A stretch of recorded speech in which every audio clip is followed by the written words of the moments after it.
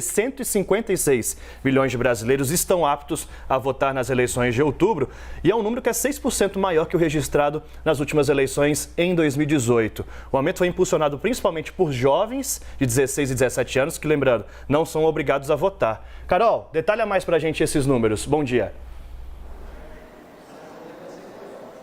Oi, Daniel. Bom dia para vocês. Bom dia a todos. Olha, os dados aqui do TSE que a gente tem nas mãos mostram também que o número de eleitores, então, de 16 e 17 anos, como você lembrou, que não são obrigados a votar, esse número cresceu 51%. A gente lembra que nas eleições deste ano, 2,1 milhões de jovens nessa faixa etária, então, estão aptos a votar. Em 2018, esse número, esse contingente era de 1,4 milhão de jovens e, segundo o Tribunal Superior Eleitoral, esse aumento, esse dado mostra ali diretamente o interesse do adolescente, do jovem nesse mundo, né, das eleições, das votações, um número que vem crescendo depois de sucessivas quedas desde 2010. O crescimento também foi registrado contrário em relação aos eleitores com mais de 70 anos, que nesse caso não são mais obrigados a votar. Em 2018, esse público somava ali mais de 12 milhões de pessoas, né, de idosos. Em 2022, esse número saltou para mais de 14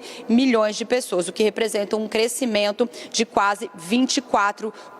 Quando a gente analisa a questão do gênero, a gente sabe que a maioria do eleitorado é formado por mulheres. São 82 milhões 373 mil eleitoras, né, contra 74 milhões de homens, ou seja, as mulheres representam 53% do total do eleitorado. A gente lembra que desses 156 milhões de eleitores e eleitoras que você lembrou, Daniel, no início, registrados então para esse ano, mais de 118 milhões, ou seja, 3 a cada 4 brasileiros já cadastraram a biometria, né? Serão então identificados por meio da digital, das impressões digitais. As eleições de 2022 serão ali para eleger e escolher presidente da República, senador, governador, deputado estadual, federal e aqui no caso do Distrito Federal, né, deputados distritais. O primeiro turno das eleições está marcado e vai acontecer no dia 2 de outubro. A gente segue acompanhando esse perfil, então, dos eleitores, né, homens e mulheres que estão aptos a votar a partir de agora nas eleições de 2022. Eu volto com vocês. Valeu, Carol. Obrigado pelas suas informações. Basília Uribe de volta para a gente seguir na nossa análise.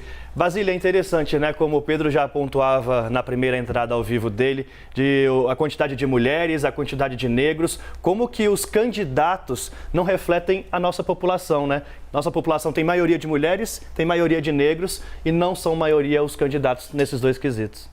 É, infelizmente, um clássico, né? Muito bem, muito bom dia para você, Adjuto, Tainá, Uribe, mais uma vez. E a perspectiva de eleição do parlamento neste ano mostra que não haverá renovação. Então, o Congresso de hoje será muito parecido com o Congresso de amanhã. É a ideia, né, que os partidos têm de diferentes espectros políticos, claro, que há uma tentativa daquelas legendas mais identificadas com ideias progressistas, de levar mais mulheres, levarem mais negros, mas há uma impressão ou uma avaliação dos principais cabeças do Congresso de que não haverá renovação do Congresso, né? Ou seja, ele vai continuar sendo majoritariamente masculino e formado por brancos, ainda que as mulheres sejam aí a maior parcela da população brasileira. Uribe chamou atenção para essa subrepresentação, né? Ou seja, tem muita mulher e muito negro na sociedade, mas tem pouca mulher e pouco negro no Congresso.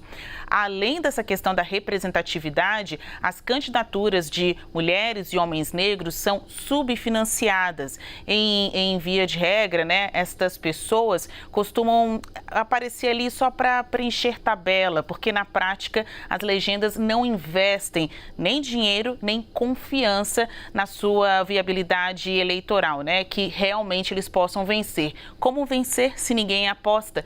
Bom, por isso que teve uma alteração, né, por meio de um julgamento no Supremo Tribunal Federal, pregando a paridade, que seja equilitária, né? Ou seja, que eles possam colocar os mesmos recursos nas candidaturas de brancos, assim como nas candidaturas de negros, já a partir destas eleições. Conversando com alguns integrantes, alguns líderes do movimento negro, uma das dificuldades é arregimentar negros para estas eleições, porque como estas pessoas têm suas oportunidades ceifadas já ali no grid de largada, muitas nem mesmo se veem nessa condição de candidato a deputado, governador, presidente da República. A gente tem pouquíssimos exemplos de negros que enveredaram mesmo numa candidatura à presidência do tipo utópica, mas serve para marcar posição. Muitas vezes eles estão ali sabendo que não vão ser eleitos, o que é uma tragédia para a nossa sociedade, vejo assim,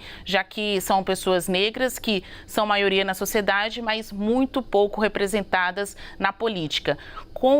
Por força dessa decisão judicial, a partir deste ano, os políticos, né, os partidos políticos vão ter que colocar recursos nas candidaturas de negros também.